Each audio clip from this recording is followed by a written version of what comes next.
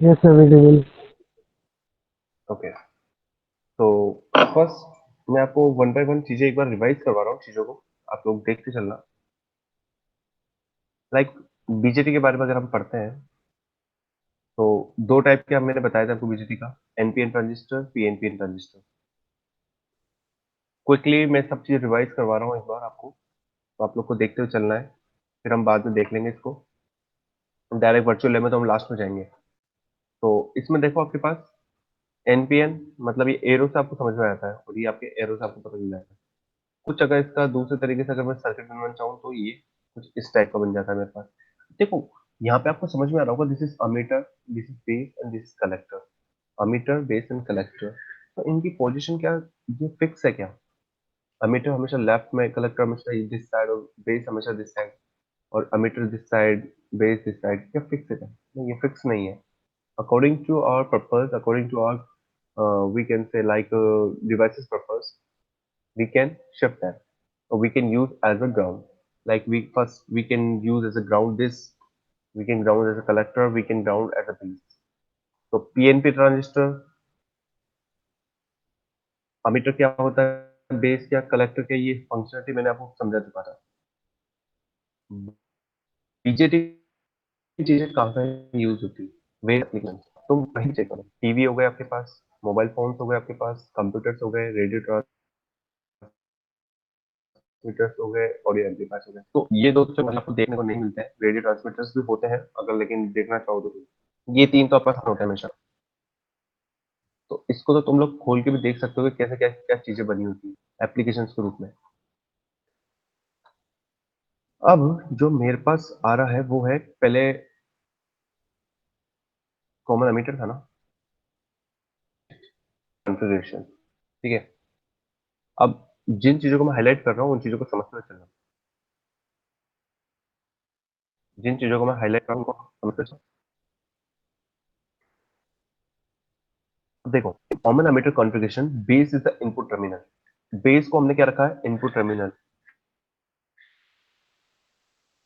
अब आपको पता होना चाहिए, जब इनपुट टर्मिनल रखा है और कलेक्टर क्या, आउटपुट टर्मिनल, तो अगर हमारे को इनपुट प्रोवाइड करनी है तो वीबीई आपके पास इनपुट रहेगी और वीसीई आपके पास क्या रहेगी, आउटपुट रहेगी।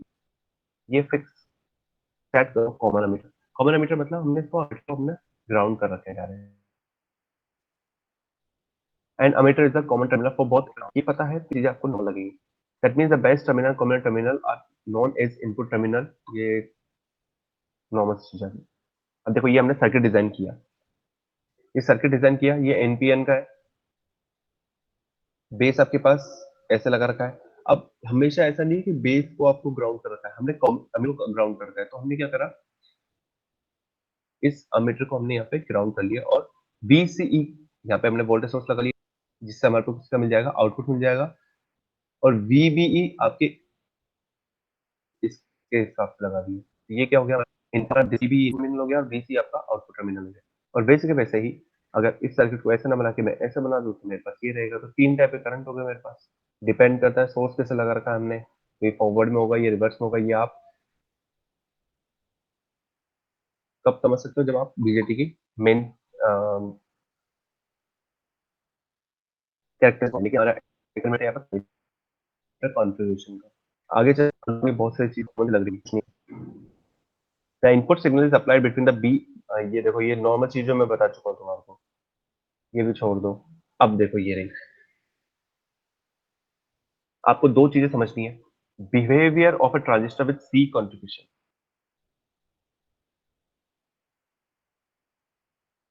अगर कॉमन एमिटर कॉन्फ़िगरेशन होता है तो उसका बिहेवियर देखना है हमारे को, बिहेवियर कैसा रहता है। तो behavior avoid करके हमें दो चीज देखनी होती है, we need to set the characteristics, input characteristics, and second one is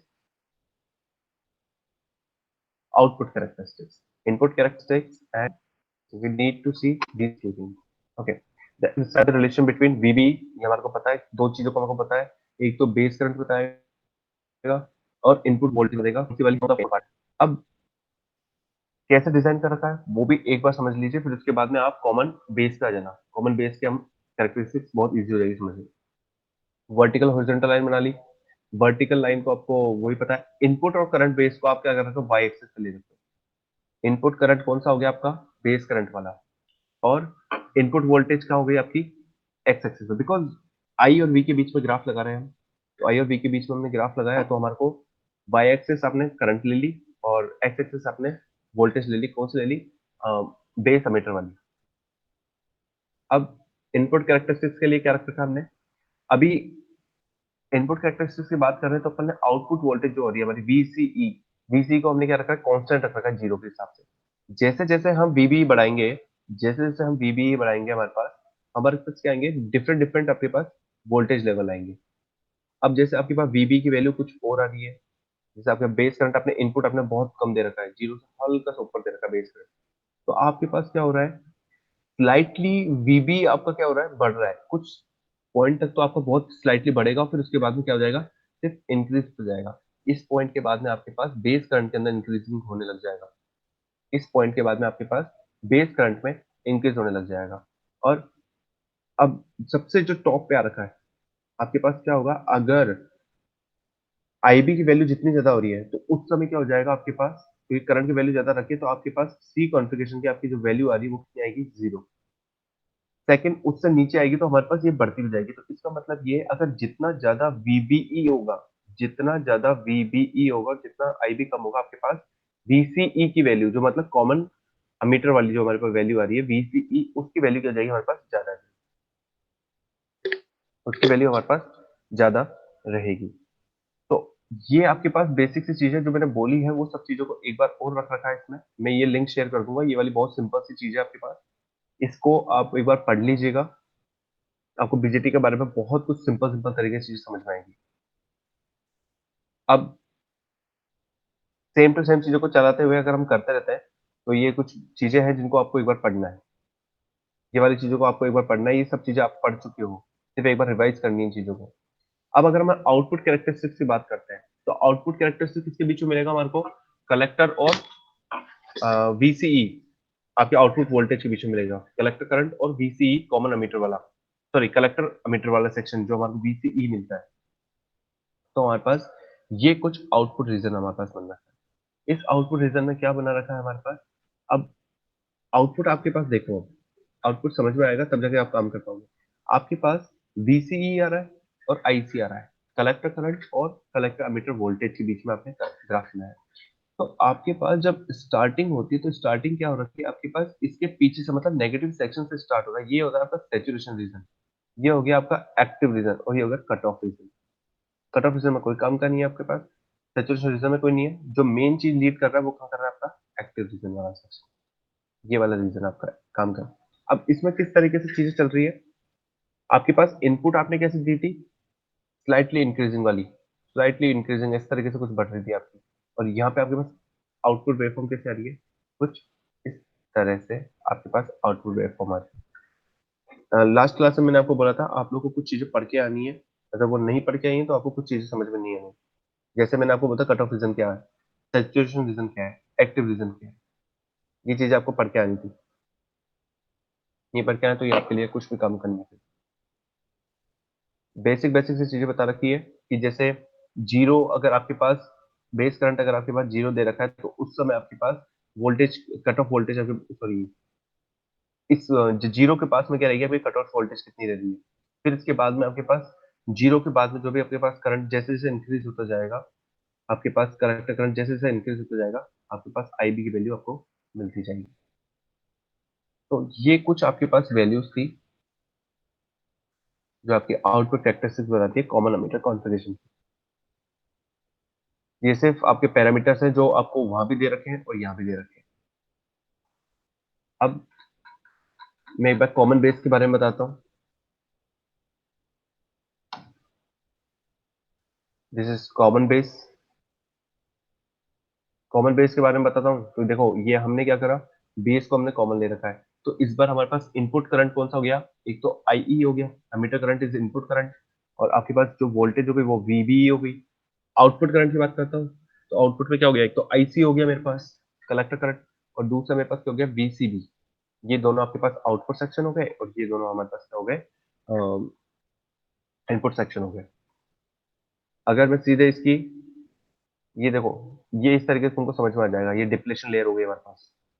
तो ये सेमीकंडक्टर की चीजें जो आप लोग पहले पढ़ चुके हो, ये आपके पास बेस अमीटर की डिप्लेशन लेयर हो गई, या आपके पास बेड कलेक्टर की डिप्लेशन लेयर हो गई। ऑलवेज कलेक्टर की साइज हमेशा अमीटर वाले सेक्शन बेस से इनसे बड़ी ही होती है, लेकिन इतनी ज्यादा बड़ी नहीं होती कलेक्टर से, बड़ी ही होती है इनसे। अगर मैं इनपुट कैरेक्टरिस्टिक की बात करता हूँ तो सेम टू सेम आती है जो आपके पास कॉमन अमीटर की बात कर रहे हैं। कॉमन अमीटर में भी हमारे पास सेम इनपुट कैरेक्टरिस्टिक्स प्रोवाइड करते हैं, और इसमें भी हमने सेम इनपुट कैरेक्टरिस्टिक्स प्रोवाइड करी। आउटपुट के अंदर क्या रखा है? कॉमन अमीटर, एक सेकेंड।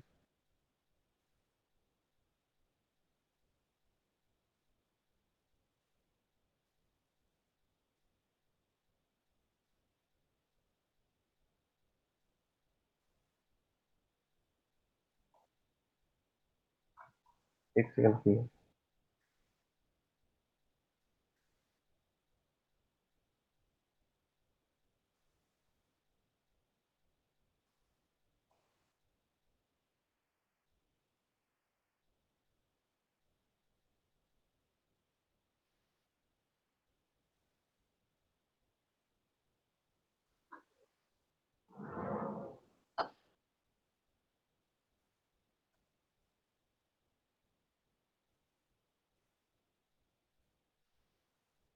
या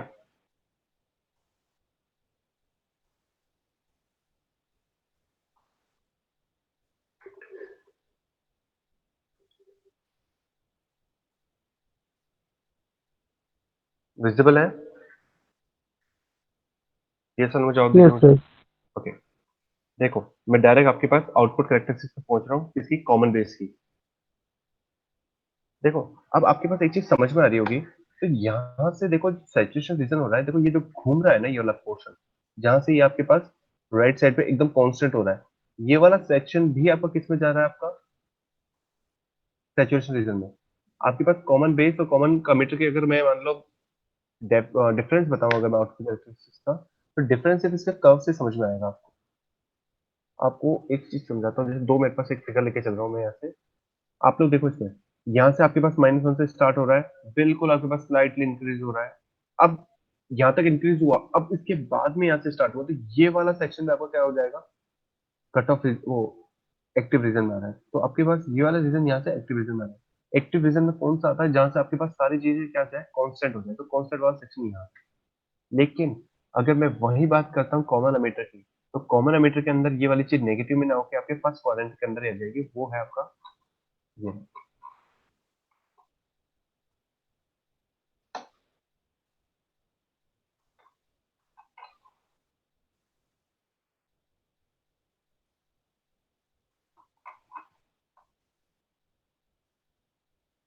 यहाँ पे। देखो, इसके अंदर इतना क्लियर नहीं दिख रहा होगा तुम्हारे को, इसमें दिख जाएगा। इसमें क्लियर ना दिख के आपको इसमें दिख जाएगा।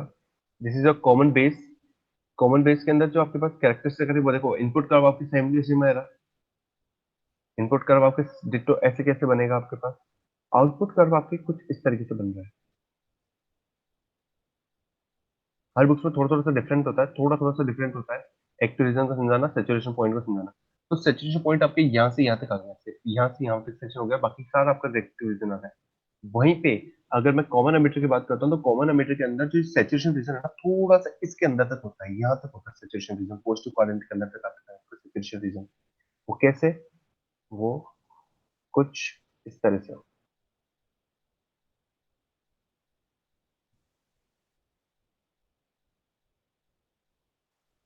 कुछ ऐसा। ये वाला सेक्शन आपका क्या कहलाएगा? आपका सेचुरेशन रीजन। बस यही आपका एक डिफरेंट है। इसी के कैरेक्टरिस्टिक्स के कारण क्या होता है, आपके पास ये थोड़ा डिले टाइम हो गया एक तरीके से, ये आपके डिले टाइम हो गया, और कॉमन बेस में डिले टाइम हो गया। तो इसी चीजों को आपको डिफरेंस होता है ये आपके दोनों कैरेक्टरिस्टिक्स के बारे में। और बेसिक, अगर बिल्कुल बेसिक से चलते हुए आ रहे हो, तो आपने एलएलओ के अंदर बहुत अच्छी तरीके से डिफरेंस पढ़ लिया होगा। मेरे को सिर्फ आपको दो चीज समझानी है यहाँ पे। आपको सिर्फ इन्हीं कैरेक्टरिस्टिक्स में डिफरेंस कैसे आ रहा है, क्योंकि जब हम इसके प्रैक्टिकल करके देखेंगे, तो प्रैक्टिकल के अंदर हमारे को इसका जो कर्व है, कर्व से हमको आइडेंटिफाई करना पड़ेगा। अब देखिए, ये जो दो चीजें थी मैंने आपको दोनों चीजें बताई है, इसके अंदर क्या डिफरेंस रहा, कैसे इसके फिगर में इसमें यहाँ पे डिफरेंस रहता है, क्या सिचुएशन रीजन आपका फर्स्ट क्वाड्रेंट के बाद में स्टार्ट हो रहा है, आपके फिर खत्म हो रहा है, और एक्टिव रीजन यहाँ तक का पोर्शन हो रहा है। और एक्टिव रीजन अगर मैं कॉमन बेस के अंदर बात करता हूँ तो पूरा सेक्शन हो गया, और सिचुएशन का only left keep on left side of this vertical one. Okay, so next one is, मैं डायरेक्ट अब आपके पहुंच रहा हूँ वर्चुअल लैब में। वर्चुअल लैब में भी कॉमन एमिटर वाली मैंने लास्ट टाइम कर लिया था, मैं आज कॉमन बेस वाली चीजें लेके चल रहा हूँ। तो कॉमन बेस वाली चीजें सब कुछ हमने पढ़ लिया है। अभी भी जिसको ये कॉमन, अभी जिसने एनालॉग को भी सही से नहीं पढ़ा है तो ये रीजन पढ़ लेना, ये तीनों चारों रीजन पढ़ लेना कि कौन से रीजन में क्या होता है, कौन से रीजन में क्या नहीं होता। हम डायरेक्ट सिमुलेशन पे जा रहे हैं। पहले मैं इनपुट कैरेक्टरिस्टिक्स की बात करता हूँ, फिर मैं आउटपुट की बात करूंगा। तो पहले मैं इनपुट की बात कर लेता हूँ।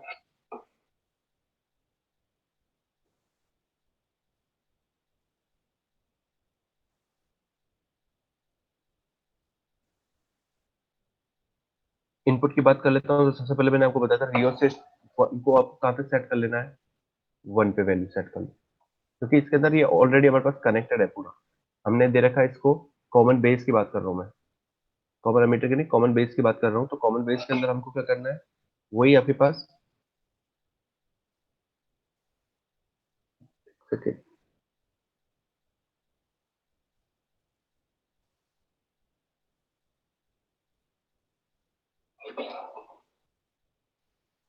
पहले एक बार, हमारे पास टाइम कितना है, 9:14 में ना हमारे दोनों हो जाएंगे, तो पहले हम कॉमन एमीटर की कर लेते हैं। BJT common emitter characteristics, we are going for simulation of common emitter, but first we are going to simulate for the input characteristics. Input characteristics की बात करते हैं, तो आपके पास देख सकते हो ये एमीटर वाला सेक्शन है, इसको सीधे नीचे करके ग्राउंड कर रखा है। बाकी आईसी और वीसी आपके आउटपुट वोल्टेज और वोल्टेज करंट हो गई रेस्पेक्टिवली, और आईबी और VBE, these are your current and voltage for input terminals. Okay, so first what we are going to do is, uh, we need to set the rheostat, we need to set the 1 ohm value from the rheostat, so only 1 ohm value, that's why we are just initialing it. Then second one, again rheostat to 2, rheostat की value को भी हमने कुछ set कर दिया। अब इसके बाद में क्या करना है हमारे को,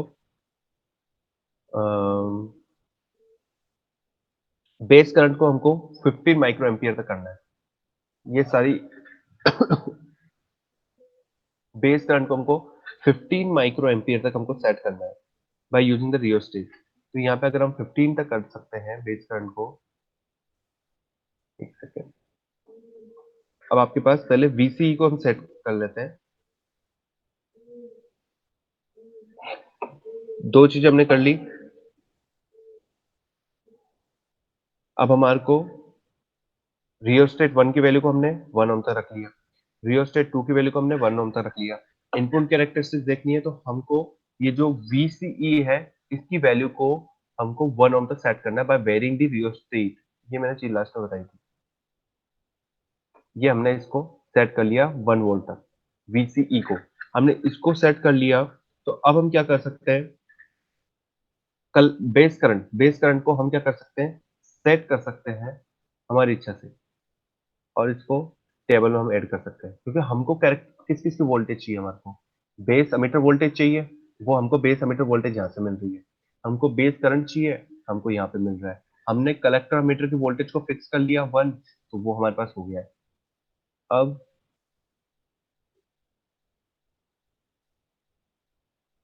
change the base emitter voltage,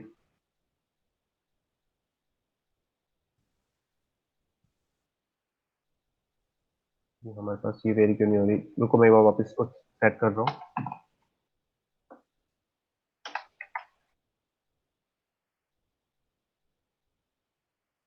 rheostat की वैल्यू को 1, रियोस्टेट 2 की वैल्यू को 1, ये हमने सेट किया। अब हमें इसकी वोल्टेज को, कलेक्टर एमिटर की वोल्टेज को 1 पे सेट करना है, जिससे हम आगे चल सके। तो हमने इसको 1 वोल्ट तक सेट कर दिया।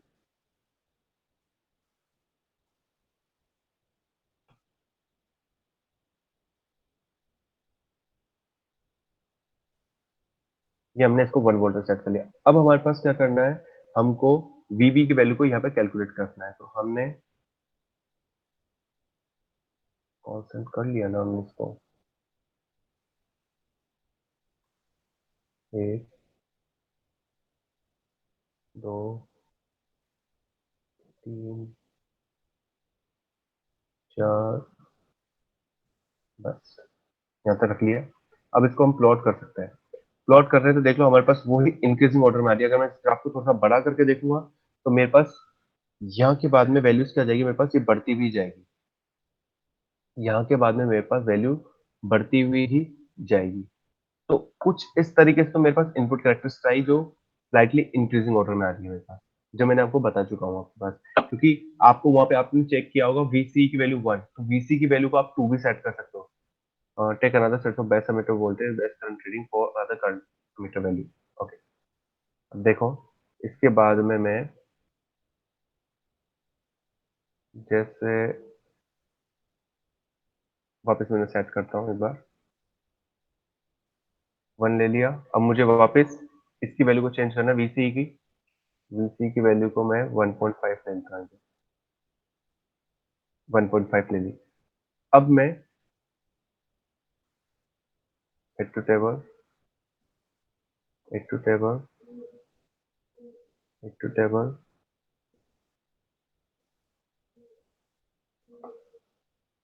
और आगे तक पहुंच गए। जैसे जैसे मैं चेंज करता जाऊंगा मेरे पास और वैल्यूज मिलती जाएगी। लेकिन मुझे ये वीसी की वैल्यू को फिक्स रखना पड़ेगा, क्योंकि आपके पास मैंने एक चीज बताई थी यहाँ पर। देखो पहले मैंने जीरो वैल्यू को तो रखा नहीं, मैंने क्या रख रखा है 0.15। तो 1 और 1.5 में कुछ ज्यादा मेरे पास डिफरेंस नहीं आ रहा है। तो दैट्स वाई मेरे पास यहाँ पे वैल्यू मेरे पास फिक्स कर रखी है कि हाँ मेरे को कॉमन मीटर की वैल्यू, कलेक्टर एमीटर की वैल्यू मेरे पास एक फिक्स वैल्यू लेके चलनी है। तो इस तरीके से तो मेरे पास आ रहा है ये इनपुट कैरेक्टरिस्टिक्स का। अब मैं सिमिलरली तरीके से आउटपुट कैरेक्टरिस्टिक्स की बात करता हूँ। तो आउटपुट कैरेक्टरिस्टिक्स में क्या करूंगा मैं, ये आउटपुट कैरेक्टरिस्टिक्स का मैंने ओपन किया, या ये आउटपुट कैरेक्टरिस्टिक्स मैंने जब ओपन कर लिया तो इसके अंदर मेरे को क्या करना है, सबसे पहले वही इनिशियली मेरे को वैल्यू सेट करनी है। तो रियोस्टेट की वैल्यू मेरे पास वही 1, इधर से रियोस्टेट की वैल्यू वही 1। ये दो चीजें मेरे को like the base current constant. अब क्या करेंगे हम, बेस करंट को हमको कांस्टेंट करना है। बेस करंट को हमको कांस्टेंट करना है, तो रियोस्टेट की वैल्यू से इसको मेरे को 15 माइक्रो एम्पियर तक करना है।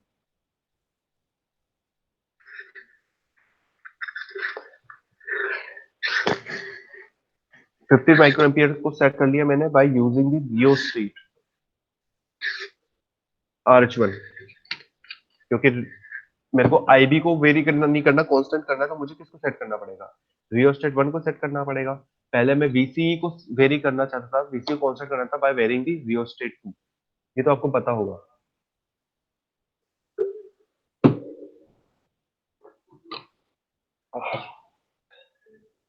अब हमारे को इसको वेरी कर लो 8 टू टेबल, 8 टू टेबल।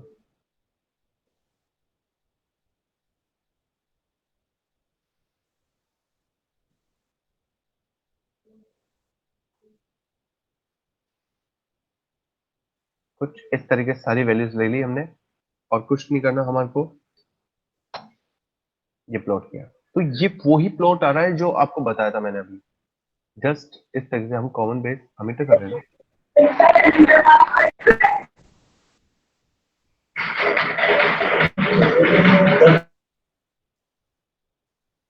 हमारे पास आउटपुट वोल्टेज कुछ इस तरीके की आ रही है। यहाँ पे तो हमारे पास नंबर ऑफ हमने पैरामीटर्स ले रखे, नंबर ऑफ हमने पैरामीटर्स ले रखे। लेकिन जिस तरीके से ये आपके पास स्लाइटली इंक्रीज करके इस तरफ जा रही है, या फिर आप इस तरीके देख लीजिए, दोनों के अंदर आपके पास है, ये आपके पास कॉमन अमीटर वाली है। तो स्लाइटली आपके पास इंक्रीज करके फिर एकदम से कांस्टेंट हो रही है, बिल्कुल कोई चेंज नहीं हो रहा, कांस्टेंट चल रही है आपके पास वैल्यू इसकी आईसी की, वैसे के वैसे हमारे पास यहाँ पर आ, स्लाइटली इंक्रीज हुआ, यहाँ तक चला, और उसके बाद में हमारा कांस्टेंट हो। जब इसके पैरामीटर्स हम और बहुत माइन्यूट लेके चलते हैं तो हमारे पास एग्जैक्टली वही ग्राफ बनता है। तो ये कुछ इस तरीके का आपके पास ग्राफ था।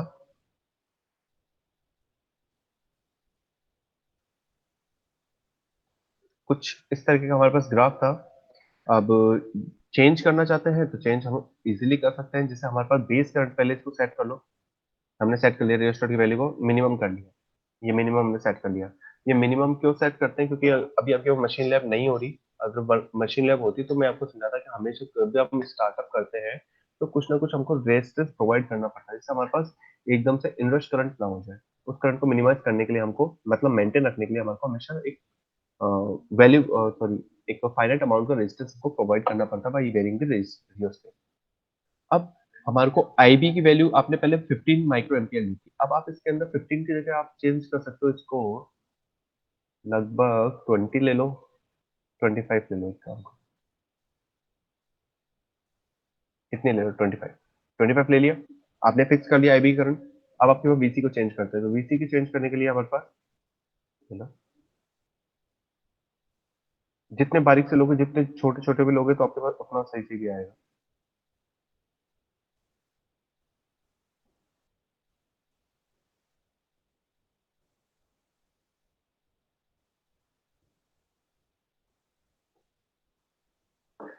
नाउ यू कैन सी, और नीचे लिया अपने पास, तो ये आपके पास और बॉटम तक आ गया। अब मैं और अगर ले लेता हूँ तो मेरे पास, अगर मेरे पास वन वन सेट है वैल्यू, वन वन सेट है, तो मेरे पास अगर रियोस्टेट से, अगर मान लो मैं इसकी वैल्यू को थोड़ा सा ज्यादा ले लूँ, और ज्यादा ले लिया मैंने, आईबी की वैल्यू को 15 माइक्रो एम्पियर पे सेट कर लिया। कांस्टेंट रखना पड़ेगा, थोड़ा कम रखना पड़ेगा।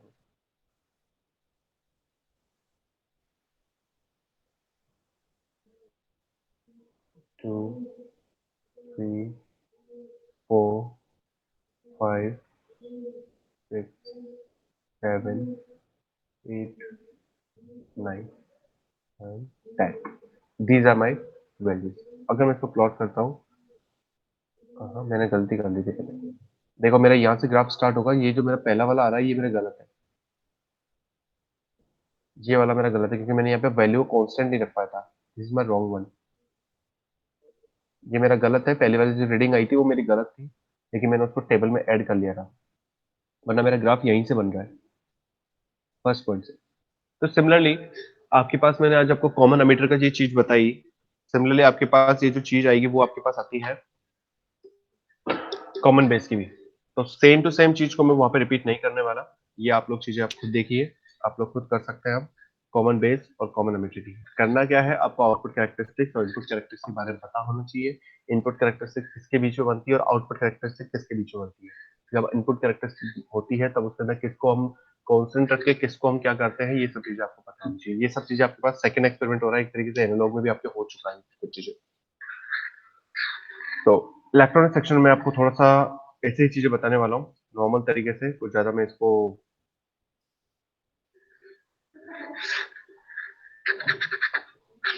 नहीं बताऊंगा इसमें। अब जो हम आगे बात करने वाले हैं वो हम एक रेगुलेटर की बात करने वाले हैं, आज नहीं, नेक्स्ट लैब में। तो अब हमारे पास कितने एक्सपेरिमेंट हो गए हमारी थ्योरम्स के बाद में। मैंने आपको half wave rectification, full wave rectification, BJT common emitter characteristics और बीजेटी कॉमन बेस कैरेक्टरिस्टिक्स, तो मैं आपको सिर्फ दो वो दूंगा, क्या कहते हैं, या फुल वेव और हाफ वेव। यस, मैं आपको दो असाइनमेंट सेट करूंगा लैब के, जिसके अंदर आपके पास फर्स्ट एक्सपेरिमेंट में आपको हाफ वेव और फुल वेव दोनों को एक साथ, एक ही साथ आपको एक्सपेरिमेंट करना है। और बीजेटी का कॉमन एमिटर और कॉमन बेस कैरेक्टरिस्टिक्स, ये भी आपको सेम ही करके आपको अपलोड करनी है। अब आप मुझे खुद टाइम बता दीजिए कितना टाइम लेना चाहते हैं आप। 4 एक्सपेरिमेंट है, कितना टाइम लेना चाहते हैं आप मुझे खुद डिस्कस करके बता दीजिए। डिस्कस तो क्या करोगे आप लोग, मुझे अभी बता दीजिए।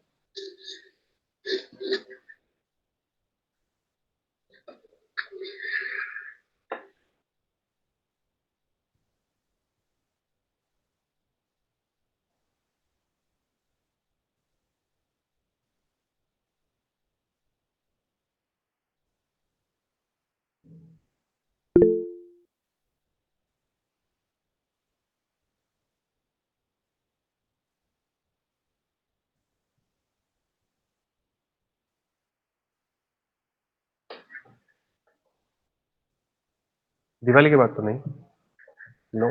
दिवाली की बात नहीं, दिवाली के बाद तो हमारे को बहुत कुछ चीजें हो जाएगी। दिवाली से पहले तो मैं आपकी 3rd यूनिट कंप्लीट करा दूंगा पूरी, कैसे भी करके। दिवाली से पहले तो 3rd यूनिट पूरी कंप्लीट है आपकी। दिवाली से पहले नहीं यार, 4 एक्सपेरिमेंट तो है तुम्हारे, कोई वो बड़ी चीज करना।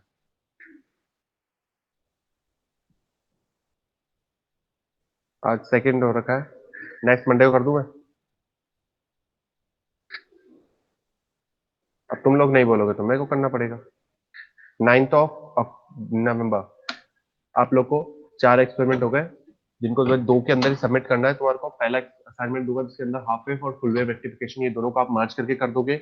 और सेकेंड एक्सपेरिमेंट है आपका जिसके अंदर आपके पास BJT C and CB configuration, ये दोनों आप मर्ज करके कर दोगे। ऑलराइट, एक बार मैं स्नैपशॉट्स ले लूं इनकी।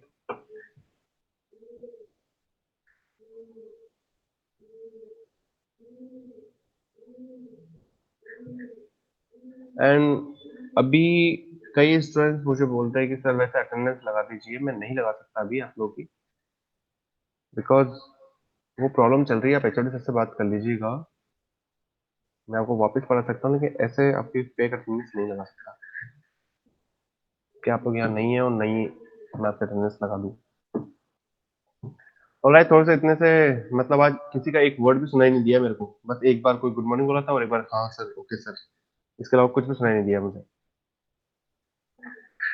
ऐसे तो हमारी ईसी की क्लास भी कल आने वाली है, मॉर्निंग में ही आएगी शायद, 8:30 से ही है। इतना डल नहीं चाहिए मेरे को, लैब में चल जाएगा तो लैब में तो ठीक है। Alright, so I am living now. किसी कुछ पूछना है? आपके 5 यूनिट्स हैं, लेकिन हमने जो करवाई है ना वो 7 यूनिट्स करवाई है।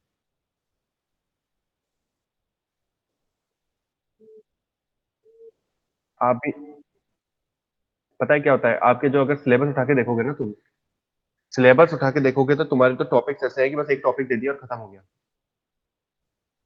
लेकिन मुझे सारी चीजें कवर करवानी पड़ती है कि जिसमें ये भी होना चाहिए, वो भी होना चाहिए, वो भी होना चाहिए। That's why